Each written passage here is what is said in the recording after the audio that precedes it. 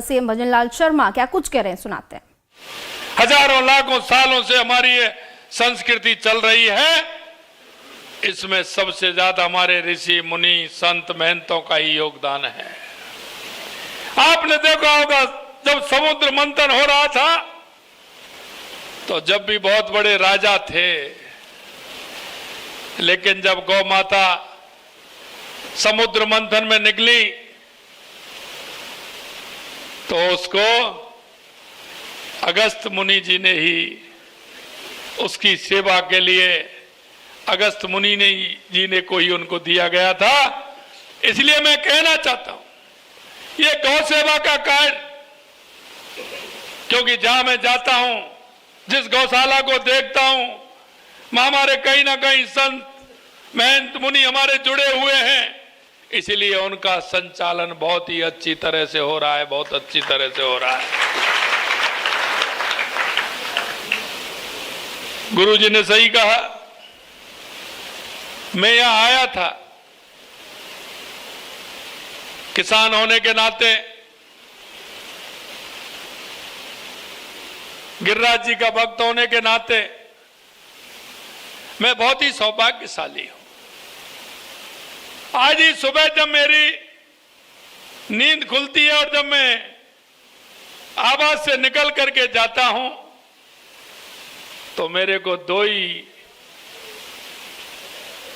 नजर आते हैं, एक तो यहां के मोर और दूसरी मेरी गौ माता।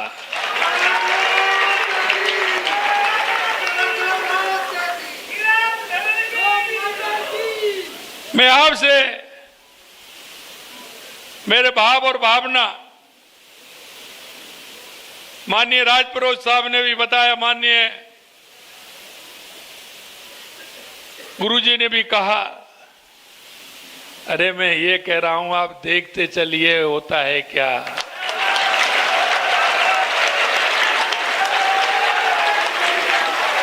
महाराज जी, आपको कहने की आवश्यकता नहीं है। मैं उन गौ भक्तों को भी कहना चाहता हूं, यह बात आपके माध्यम से उन सभी के पास पहुंचनी चाहिए कि हमारी गौ माता वो है। जब हमारा कोई त्योहार खोटा हो जाता था, कहीं कोई हमारे घर में त्योहार के दिन घटना हो जाती थी, हम कई सालों तक उस त्योहार को नहीं मनाते थे, लेकिन जब हमारी गौ माता हमारे घर पर होती थी और उस गौ माता अगर उस दिन बछड़ा देती थी और ब्याती थी तो हमारा त्योहार भी पवित्र हो जाता था। वो हमारा त्योहार भी पवित्र हो जाता है। अब गाय माता की कितनी बड़ी महिमा है, ये शब्दों में बयान नहीं कर सकते।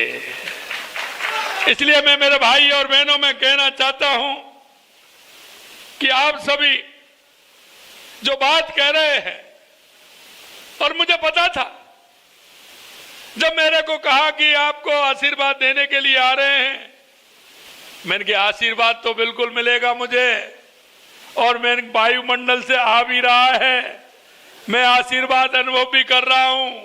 आशीर्वाद वही होता है जो मन से, भाव से व्यक्ति के प्रति श्रद्धा रखता है। वो आशीर्वाद मुझे पता है, और वो आपके आशीर्वाद की ताकत है कि मैं इन फैसलों को पूरी तरह से कर पा रहा हूं। मैंने देखा कि हमारे नंदी की स्थिति ठीक नहीं है। मैंने इसी बजट में यह अनुदान तो बढ़ाया, लेकिन के साथ साथ एक बात और मैंने की है, वो आपको जानकारी में होगा, क्योंकि जो हमारे कुछ इलाके ऐसे हैं जो आज भी बैलों से खेती हो रही है।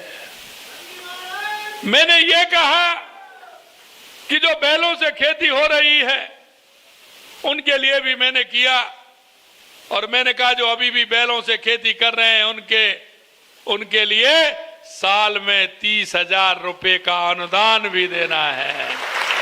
जो बैलों से खेती करने वाले हैं, उनके लिए 30,000 अनुदान दिया है।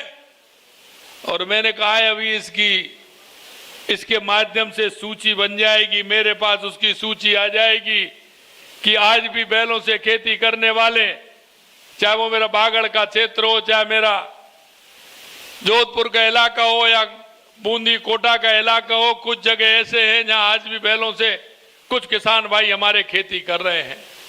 मैंने कहा उनकी सूची भी आ जाएगी, कितने हैं, उसमें आगे भी विचार करेंगे कि उनको क्या करना है।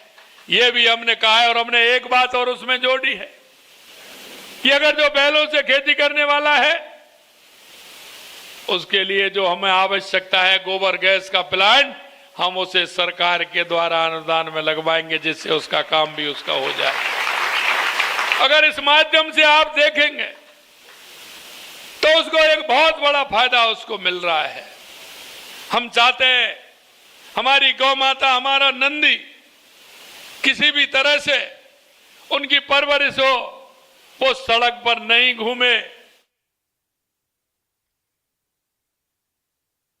खबरों का सिलसिला लगातार जारी